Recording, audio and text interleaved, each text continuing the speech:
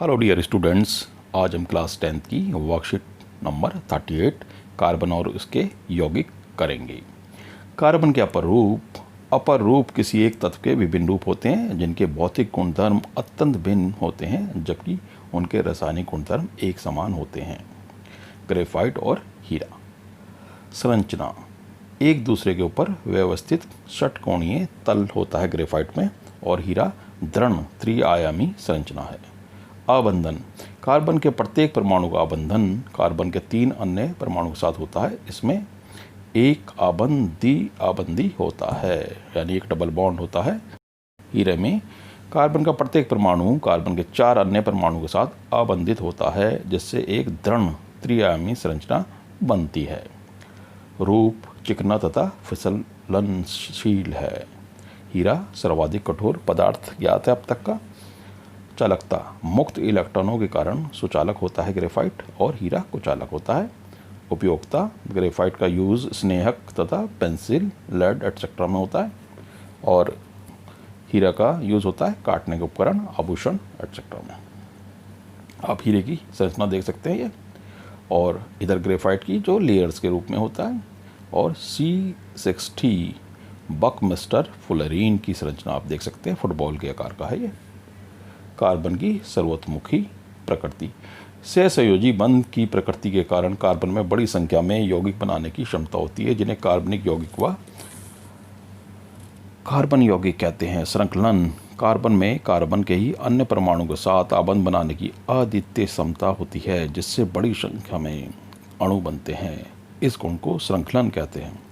Silicon hydrogen के साथ यौगिक बनाते हैं, जिनमें 7 या 8 परमाणु तक की श्रृंखला हो सकती है, लेकिन यह यौगिक अति अभिक्रियाशील होते हैं। एक प्रश्न ये आ जाता है कि कार्बन के अलावा और कौन सा तत्व है जो श्रृंखला बनाता है, तो आप सिलिकॉन लिख सकते हैं।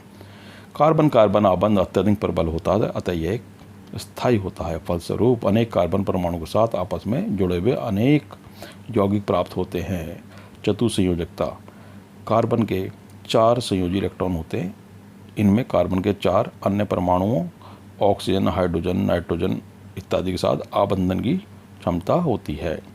कार्बन द्वारा प्रबल आबंधों के निर्माण का एक कारण इसका छोटा आकार भी है, जिसके कारण इलेक्ट्रॉन के सहभागी युग्मों का नाभिक मजबूती से पकड़े रहता है। बड़े परमाणु वाले तत्वों से बने आबंध तुलना में अत्यंत दुर्बल होते हैं।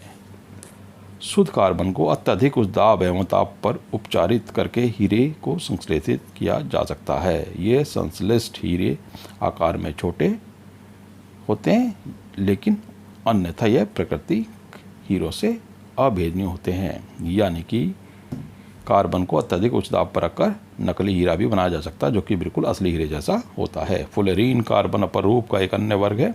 सबसे पहले C60 की पहचान की गई, जिसमें कार्बन के परमाणु फुटबॉल के रूप में व्यवस्थित होते हैं। चूँकि यह अमेरिकी आर्किटेक्ट बकमिस्टर फुलर द्वारा डिजाइन किए गए जियोडेसिक गुंबद के समान लगते हैं, इसलिए इस अणु को फुलेरीन नाम दिया गया। आओ अभ्यास करें। कार्बन सर्वतोमुखी प्रकृति क्यों दर्शाता है? कार्बन में कार्बन के ही अन्य परमाणुओं के साथ आबंध बनाने की अद्वितीय क्षमता होती है, जिससे कार्बन के लंबी चेन वाले अणु बनते हैं, तथा कार्बन के 4 संयोजी इलेक्ट्रॉन होते हैं, जिससे ये कार्बन तथा अन्य तत्वों के साथ सहसंयोजी आबंध बनाता है। इन्हीं कारणों की वजह से कार्बन सर्वतोमुखी प्रकृति दर्शाता है। प्रश्न 2 है, कार्बन के परमाणु अधिक संख्या में यौगिक क्यों बनाते हैं? सहसंयोजी बंध की प्रकृति, श्रृंखलन तथा चतुसंयोजकता के कारण कार्बन बहुत अधिक संख्या में यौगिक बनाता है। इन गुणों के कारण। प्रश्न 3 है, फुलेरीन में कार्बन परमाणु की न्यूनतम संख्या एवं उसका आकार बताइए। फुलेरीन में 60 कार्बन परमाणु होते हैं कम से कम, तथा इसका आकार फुटबॉल की तरह होता है। प्रश्न 4, एक बच्चा दोनों ओर से पेंसिल छीलकर बैटरी के दोनों टर्मिनल से जोड़ देता है। क्या परिपथ में से विद्युत धारा प्रवाहित करेगी? कारण बताइए। हाँ, परिपथ में से विद्युत धारा प्रवाहित होगी, क्योंकि पेंसिल लीड जो होती है वो ग्रेफाइट की बनी होती है, और ग्रेफाइट विद्युत का सुचालक है।